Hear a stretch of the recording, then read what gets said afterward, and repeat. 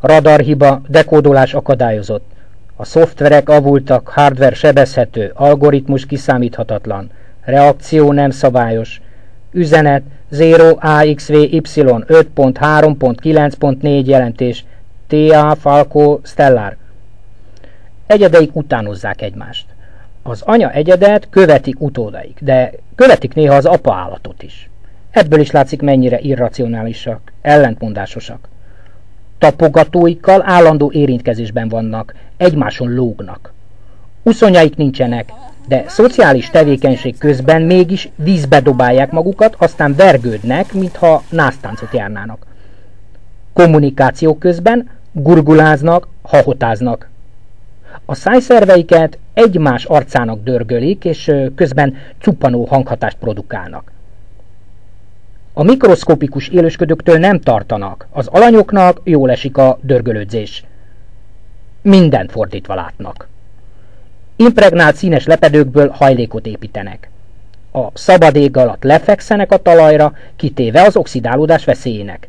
Lehűlés ellen zsákokba burkolóznak. Az energiájukat alapvetően kétféleképpen nyerik. Feldarabolt nyersanyagokból forró masszát készítenek, amit előtte szenes, kormos kübliben hevítettek. A másik módszer, amikor fászárú növényi egyedeiket megfosztják kisebb elágazásaiktól, majd szúrószerszámot formáznak, amire állati eredetű zsír vagy izomszövetet húznak. Ezt tökéletesen elégetik, és amikor már elég füstös és karcinogénekkel, kátránnyal feldúsult, akkor nagyokat csettintetve bekebelezik.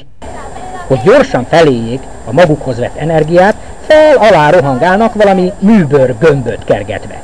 Úgy viselkednek, mint akinek átkötötték az áramköreit. Nyerítenek, mint a lovaik, és heherésznek. Teljesen szabályozatlanok, és hamar lemerülnek. Aztán ott vannak a felnőtt egyedek. Na, ezek a legérdekesebbek. Azt tekintik küldetésüknek, hogy a populáció fiatalabb tagjait terelgetik.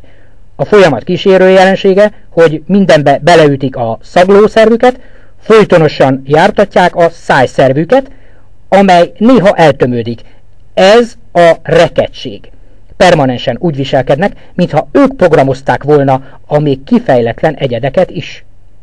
És ezt a cselekvésláncolatot nevezik táborozásnak.